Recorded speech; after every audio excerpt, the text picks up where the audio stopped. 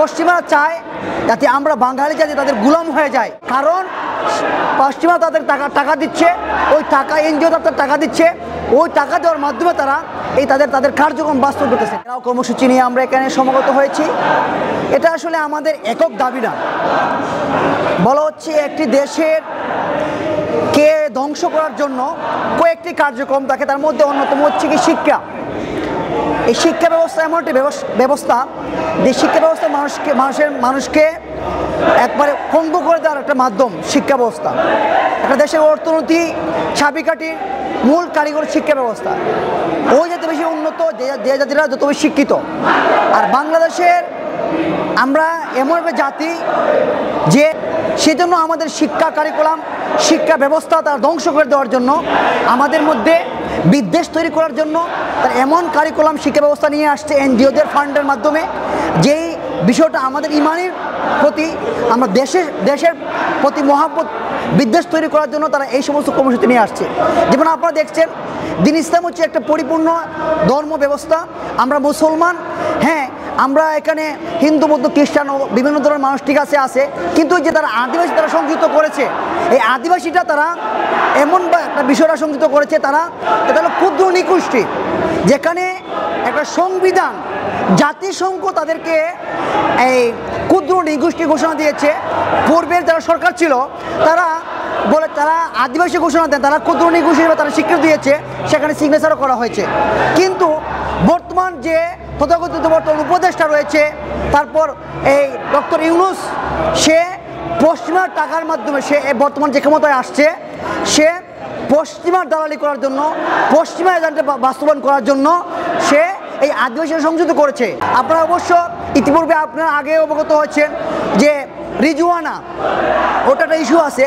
Saint Martin, আমরা eastern force সুপারিনটেন্ডেন্টের মাধ্যমে আমরা প্রতিরোধ করছিলাম।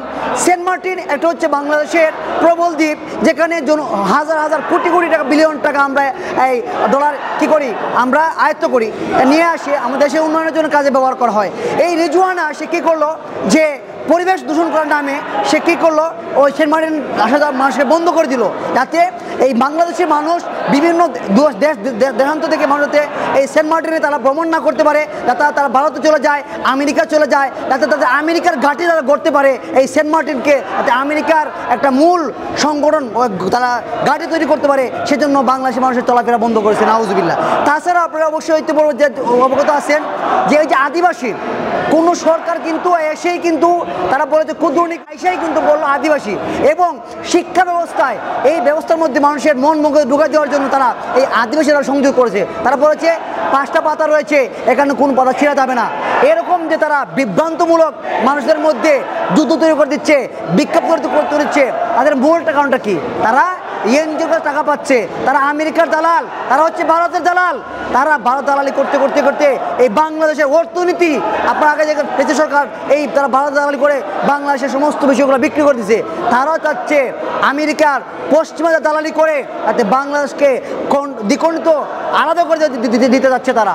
আপনারা জানেন, আপনারা অবশ্যই জানবেন, এই ভারত, এই মুশরিকরা প্রতিনিয়ত আমাদের সীমান্ত তারা হত্যা করে যাচ্ছে, মুসলমানদের হত্যা করে যাচ্ছে। এটা কি বৈষম্য? এটা কি তাদের অধিকার? তাদেরকে আমরা আমাদের অধিকার দাবি আমাদের ফিরে নিতে হবে, আমরা আমাদের অধিকার ফিরে নিতে হবে। তারা বলে আমাদের চাঁদপুর তাদের, সিলেটগঞ্জ তাদের, চট্টগ্রাম তাদের, তারা এই সমস্ত বিষয়গুলো বলে যাচ্ছে। বাংলাদেশের মধ্যে তারা একটা উচ্ছৃঙ্খল সৃষ্টি করছে, অশান্তি সৃষ্টি করতে, যাতে মানুষ তাদের বিরুদ্ধে খেপে যায়। দেশে অর্থনীতি ধ্বংস করার জন্য, দেশকে তারা কি করার জন্য চক্রান্ত করে যাচ্ছে। এই সমস্ত বিষয়গুলা আমরা বলতে দিতে চাই, কলকাতা আমাদের, পশ্চিমবঙ্গ আমাদের, উড়িষ্যা আমাদের, ত্রিপুরা আমাদের, আসাম আমাদের, আমাদের সমস্ত রাজ্য আমরা আমাদের অধিকার